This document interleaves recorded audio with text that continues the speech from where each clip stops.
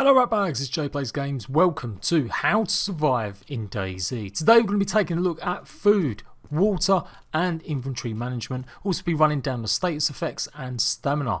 Dayz is a hardcore survival game, never forget that. Your first priority is always going to be food and water and probably running away from zombies and other players. When you first spawn in, you'll have probably nothing much more than some rags and some flares. Of course, some things will change. We are playing an experimental build on the Xbox One. It is exactly the same version as PC, but the developers do keep adding and taking away certain little bits, features, testing stuff out. There won't be no real concrete guide to what's in Dayz and what isn't in Dayz until it reaches beta. And that's what 0.63 is meant to be. It's meant to be beta state. At this point we can be pretty certain of what features are in the game, and in a case of any new features being added, we will be let know by updates. But as of right now, we are playing a test version of 0.63, so it does contain lots of things that you would expect, but lots of features from previous years even in Dayz that are not in the game. But what doesn't change is the basics of survival, so I'm going to be showing you guys how. We're going to be going through the status bars and pretty much just showing you how to really survive your first day. So, first things first, you're going to spawn. Obviously I've been on this map quite a while, I've got a fair few items on me. Scavenging is absolutely key. And food and water is your priority. A few things to note, right now, currently, there are only 3 or 4 ways you can get food in the game. You can get it from apples that fall from these trees. You'll know they're apple trees because you can see the apple signs on them. They've also got a trunk that extends in a V shape, so they're not that hard to spot. But the spawning of apples is actually quite difficult and it doesn't always happen as quickly as you would think. So if you're running around lots of these trees and you really cannot see any apples on the floor, it may need a server restart for them to start appearing again. They are meant to be dynamic and they are meant to respawn quite a lot. Apples are your friend. Whenever you eat food, it does replenish your water as well, but only by a small amount. All food has states. You might find it's brand new, it's in a good condition, and of course it's raw. Or you might find some food that is maybe not in such a good condition and may be in best place not to actually eat it. Food degrades over time as well, so if you open something or you've got fresh food, it will eventually become rancid. But currently that won't actually harm you that much. It can make you run a little bit slower and it can reduce your stamina a little bit, but that's really the only key thing you need to know if you do contract some sort of disease. When you find some food, obviously gather it up and have it in your hand and then press the RT button to eat it. You can see in the bottom right hand corner you've got the symbols for health, blood, disease, temperature, food and water. When you eat or you drink, your arrows will go up or down depending on your status and what you're actually consuming. Now you get cholera from drinking dirty pond water, and you can get all sorts of things like botulism and diseases from eating raw meat, but they don't actually do you any damage as of yet. As far as I'm aware, after testing it quite thoroughly, I didn't die from just eating raw meat. It may be needed a lot of raw meat to maybe do me some damage, but it does look like you aren't affected by raw meat yet. If you're lucky enough to kill a chicken and then skin it with a knife or some sort of other animal like a pig, then don't worry too much about the fact it's raw. When you eat, as you can see, you're going to see the disease sign go up, but you also see your water and your drink signs go up. The arrows signify how quickly you're gaining that status or losing that status. So you can see the food and drink symbols, I'm gaining that by 3, the maximum amount of time. So that's going to mean I'm well full, I'm getting a good meal, or I'm getting lots of hydration really quickly. Sometimes it might only be 2 because it's a very small item of liquid, or it might only be 1 because it's just really small and tiny. If you start running around, you're going to start losing your food and your water. That level will go to 1, and if you keep sprinting for a long period of time, that might go to 2 or even 3. So be aware of the status symbols if it starts going yellow or red. If it's yellow, you really maybe should start thinking about conserving your food or your energy, or start replenishing whatever's making it go yellow. If it turns red, you're in trouble. You really do need to stop what you're doing and make sure you've got the correct either foods, or you're not running around causing more water loss. If there's no arrows and it's flashing red, you're pretty much brown bread. Say goodnight, you're about to die. As you can see, the little symbol on the right there is now going down, but it really doesn't affect anything. It just means over time I'm slowly losing my disease status. In the future, they do plan on adding proper food poisoning, chemical poisoning, hemolytic reaction, wound infection, brain flu, cholera, common cold, influenza, angina, salmonella and brain disease. But like I said, for right now, you can eat raw meat. Now, if you can't find any apples, you can't find any canned foods, what else can you eat? Well, you can eat other players. Cannibalism does exist in the game. So if you do come across another player, you can kill him and you can cut him up and eat him. So for now, concentrate on getting yourself apples and canned goods. Look out for these trees specifically and gather as many apples as you possibly can. Also a good idea just to go ahead and eat as soon as you possibly can with the food you find. Don't wait until it goes yellow or red, but you do get a full sign appear when you've eaten too much or drunk too much. In my opinion, rather than carrying lots of food around, you're better off eating everything you can pretty much find. Maybe just keep a few little small rations on you, like a tin of food or at least 1 or 2 apples. It's not very good resource management, but it will mean that you can go around the map with more items. Now it stands to reason that you can cook your food, and that's going to be better for you than eating raw food. And while there's no real detailed breakdown of exactly how much food gives you per sort of apple or per sort of human arm, I'll work on that on a separate video in the future. But for now, the basics are: get apples, eat them, get canned foods, keep them, and make sure you've always got something to open a can with. You can open a can of food with absolutely any melee item. Put the can of food in your hand if it doesn't have a ring pull, grab whatever melee weapon you've got, and this also includes can openers, and then press the B button. You'll then get prompted you can open the can with RT. And there you go, I've now got an open can of sardines. You can see that the food does have the weight, and it also says on the bottom there what percentage of it is remaining. So you can eat just a little bit if you just want to give yourself a little bit of a boost. And then you can stop and you'll see that the food has gone down. I do believe as well that in the future, depending on what weapon or item you use to open your canned foods, will affect how much that food remains. So it makes sense that if you use a can opener, you're going to get 100% of the food. Whereas if you do use a spade, you may only get 50 or 60% of the food. Again, this feature really hasn't been added in just yet as far as I can tell. So go ahead and just keep one melee weapon and make sure you've always got something that you can open tin food with. I'm going to be doing a separate video showing you guys how to cook food. At the moment, there does seem to be more bugs and issues with roasting meats on fires, so I wanted to do that and more advanced guides in a separate video. Did you know currently right now you can't actually fish in DayZ or grow crops? You can't also gather or hunt any other creatures with traps. These were all features that have been in the game in the previous years, but currently right now they have been taken out while they're working on the experimental and test servers. This is why you see so many greenhouses around on the map. There may be features that you will be able to actually grow your own crops and plants, but this won't be added in this year. If you think I've got that wrong, let me know. Just as crucial as eating, of course, is how much you drink. You will die of thirst long before you die of hunger. There are different ways you can get water. Obviously you can't drink seawater, but you can drink water from streams and rivers that you find. The idea being though that some of these may give you some sort of disease, like cholera. But right now, currently, it doesn't really affect you if you just drink water from some sort of stream. You can find cans of Coke and lemonade. These are going to fill up your food and your water.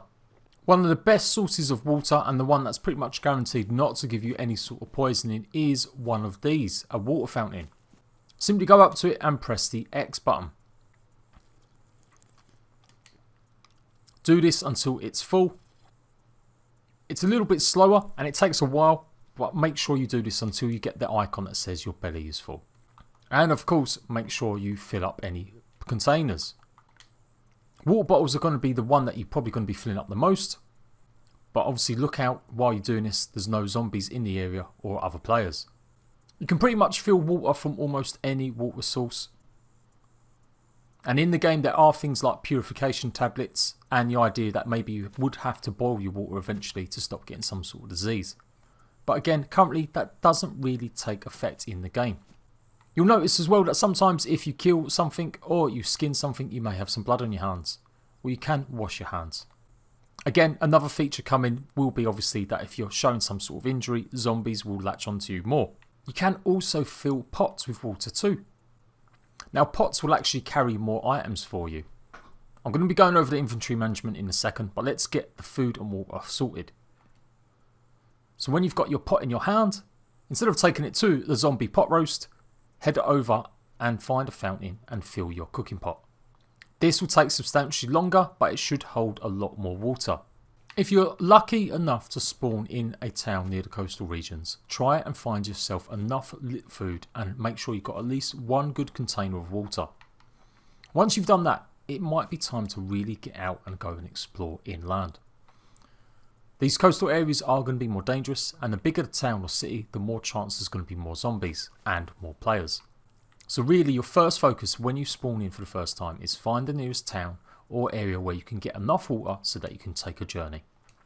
Inventory management and your weight and slots is really difficult to understand sometimes too, but I'm going to break it down as best as I can.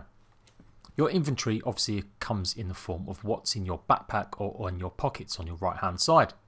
Certain equipment will give you extra slot spaces.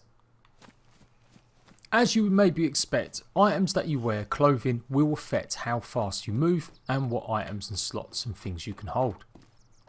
There are lots of trade-offs in the game. The more thicker your clothes, the more absorbent they're going to be, and the general idea is that they're going to give you more protection. However, the more protection they give you in terms of being more dense, then they're going to be heavier and it's going to make you slower to move around. You can see my little stamina bar on the bottom left hand side of the little running man. It's about 3/4 way nearly. If we drop all my clothing items and the heaviest items I have like my guns, you will see it increases. This is your peak stamina. The heavier you are, the less you're going to be able to run for longer. As you can see, it's going down as I'm running around and it's going further and further down. So when you do pick up items of clothing, bear that in mind. The lighter the clothing you have is going to mean you're going to be able to run for longer, and obviously the heavier the clothing, it means it's going to reduce how much stamina you have overall. Now let's take a little look at what your jackets can hold and what your trousers can hold. Like I said, they've all got individual pockets. So currently right now, my rider's jacket is in a state of a bit disrepair. All clothing also has a state on it. You can find pristine clothing, you can find worn, you can find badly damaged, or you can also find ruined. Ruined normally applies to weapons and items, and once something's ruined, it really won't be useful. So if you've got a knife that's ruined, you won't be able to cut any bark or chop down any bushes. You might as well get rid of it and look for a newer one. That's why it's important to upgrade and swap around every time you come across some sort of melee weapon. Also take notice of your clothing. You can repair your clothing with sewing kits and leather kits depending on what you're trying to repair. But my rider's jacket right now weighs 3 kg and it's got slots of 12. It's in a worn condition. So I've got my jacket and not much else. Let's see how many items I can actually hold. On the top right hand corner of every single item you'll see a very faint number. This is the size of that item. So you'll come across a gun and it may be 25. That means you need a bag or you need some sort of pocket that can hold up to 25 and you'll be able to store that item. So if your jacket says it can hold 12, then that means you can put something up to 12 inside that jacket. But there are other limitations. Whatever item you're using as storage, whether it's your jacket, whether it's your coat pocket, whether it's your trouser pockets or a bag, it only has a certain amount of slots. Just like real life, your coat or your jacket or your trousers are only going to have 2 or 3 pockets. My bomber jacket here only has 2 slots, so it doesn't matter if I put 1 item or 2 items in, as long as they're both under 12, which is the threshold for the jacket, I can hold both them items in my coat. But I won't be able to put any more, even if they don't weigh that much. It's filling up the slots available in that coat. When you then add in the weight factor that items do weigh you down, it does make the inventory system quite complicated. And this is why you see some empty slots and you think you've got slots. It takes into account what you're wearing. Now admittedly on this jacket here it's got lots of zips, so you maybe would think you could hold more. As you can see, I can't put just lots of small items in my inventory. It's basically saying my pockets are full regardless of how many slots that can hold. So inventory management becomes really crucial. If you've only got 2 slots in your pockets, you want to make sure they're filled with the heaviest items that you can fill it up with. Filling your jacket pockets up with just simply 2 little items really isn't the best way to manage your inventory or your space. So make sure you maximise exactly what's in each individual pocket. And that goes for every other item that you're going to be wearing as well. You can see my pants can hold up to 18 slots. But you'll also notice that I can only hold 3 items. So the game isn't broken, it isn't saying incorrect information, it just means that your trousers literally, physically can only hold 3 items. Some trousers might hold more, some trousers may hold less. It just depends what ones you've managed to find. So play around with jackets and coats that you find. Normally military items are going to give you more pockets, more slots to hold items. And generally as well, if you're holding or wearing a larger coat or a larger something, it's going to give you more slots to hold stuff in. Now, when it comes to your backpack, that is also still the same. Your backpack may be absolutely humongous and it says it can hold 100 slots. But as you'll know, you'll quickly fill that up very soon. And it's not actually 100 items it can hold, it's up to 100 of the top right number of any items. That bag still may only be able to hold up to 10 slots overall, and other bags that have less weight or carryable ability will only be able to hold up to 6, and as you go further down and down. There is an additional trick with this though. You'll notice with your cooking pot can also hold other items, not just water, and in a way this is cheating the inventory system. So you've got your bag, it holds 100 and it might be on something like 92 or 94. When you add your cooking pot, it doesn't include all the items inside the cooking pot, it just includes the cooking pot itself. So in this way you can hold even more items in your inventory if you store items in things like cooking pots. I do believe this works with school bags and other smaller bags as well. So you can kind of load things up in smaller items, then put them smaller items inside bigger coats or bags. It's a little bit like the Russian dolls. And that pretty much concludes this little guide. I'm also going to run down some food types and what I've actually discovered you can catch, cook and eat. But generally, food, water and your inventory management are the first steps to survival. Of course, I will be doing even more guides. The next one's going to be taking you through how to heal yourself, combat and firearms. So before I go, let's run down everything we've learned today. Food comes in the form of apples, tinned goods and meats. You can get meats by catching creatures and killing them. You will need a knife to skin them, but once you've done that you will have lots and lots of meat. You can eat it raw at the moment, but in the future you may have to cook it once the cooking feature's fixed. In terms of wildlife, I've come across chickens, roosters and piglets, and like I said, you can go all full cannibal and kill other players and eat them, but you can't do that to zombies. You can't eat the undead. And it does look like diseases are really going to take hold and be implemented in the future. So you're going to have to be really careful about what you eat. It will maybe impact your survival in the game. Try and eat fresh foods as quickly as possible like apples, and save your tin stuff for emergencies, and make sure you've always got a melee weapon so you can open up your tin can. One of the best to have is a spade, because you can also dig up worms and eat the worms if you're really desperate for food. They won't fill you up for long, but it can be that last ditch method to keep you alive. If you're questing for water, don't worry too much again about diseases. They're currently not really doing too much to you in the game as far as I know. You can go ahead and drink sewage water, any water you can find from a tap or well, or of course any water you find in a stream or a river. But in the future, again, then purification tablets may be needed, and you may need to boil water as well. And just pay attention to your inventory, take note of that number in the top right corner, and make sure you upgrade your clothing and your items as soon as possible whenever you come across something that's got more slots or is in a better condition. And that is it, the first guide on how to survive in DayZ. Please make sure you've hit that like button if any of this has helped you. If you want more discussion about DayZ or you need extra help, come and join my Discord. I've got a channel in there and we've got loads of rat bags talking and helping each other out, particularly if you're looking for friendly faces to run around Chernarus with. I am Jade Plays Games. Don't forget to like, don't forget to subscribe, and I'll see you rat bags for another one very soon.